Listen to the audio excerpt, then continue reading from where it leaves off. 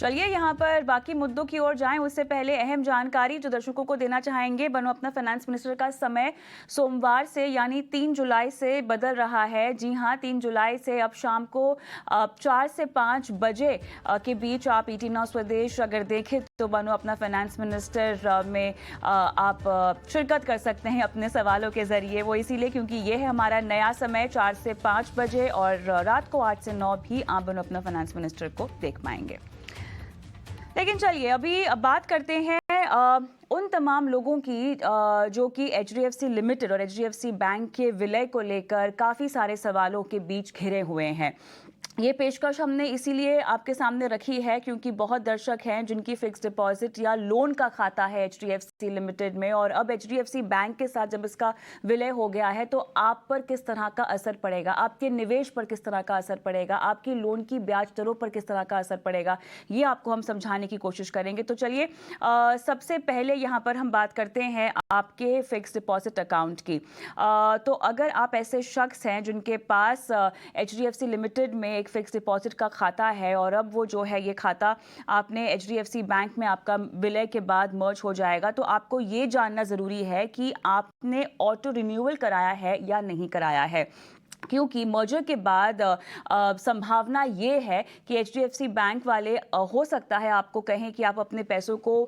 Maturity पर अगर renew करना चाहें तो आपको एचडीएफसी बैंक की ब्याज दरों पर उसको रिन्यू करना होगा, या तो अपने पैसों को विड्रॉ करने का भी जो है आपको विकल्प दिया जाएगा। इसीलिए अगर आपका जो फिक्स डिपॉजिट है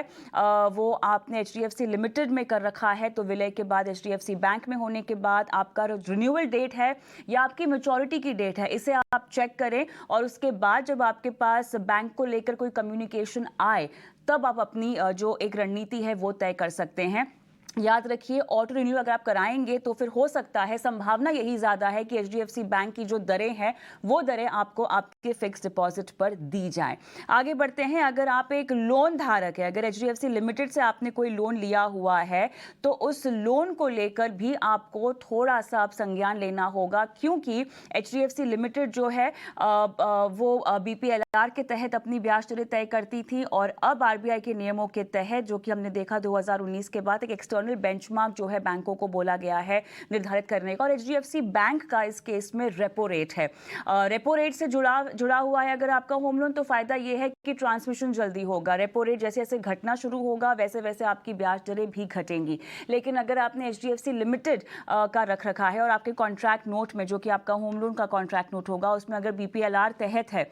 आपका इंटरेस्ट रेट, तो आपको अपने रीसेट पीरियड का ध्यान रखना होगा। और रीसेट पीरियड में बैंक आपके साथ क्या कम्युनिकेट करता है, क्योंकि रीसेट पीरियड में अगर ये कहा जाता है कि आप बीपीएलआर से निकलकर एक्सटर्नल बेंचमार्क की ओर अगर आपका ब्याज, अगर आपकी इंटरेस्ट रेट जा रही है जो कि एचडीएफसी बैंक में है और वो रेपो रेट से लिंक्ड है, तो हो सकता है आपकी ब्याज दरों में थोड़े से बदलाव हो। आपको ये समझना होगा कि ये जो बदलाव है वो किस तरह से आप पर लागू होगा, क्योंकि जब भी इंटरेस्ट रेट बढ़ता है घटता है एक्सटर्नल बेंचमार्क में तो वो आपके रीसेटिंग पीरियड के तहत होगा। तो इस बात का आपको ख्याल रखना है, जो कि एक बार विलय की प्रक्रिया पूरी हो जाए आपको कम्युनिकेशन जो है दिया जाएगा ईमेल के जरिए या तमाम जो भी आपने वेज ऑफ कम्युनिकेशन तय कर रखे हैं बैंक के तहत, उसके जरिए आपसे कम्युनिकेट किया जाएगा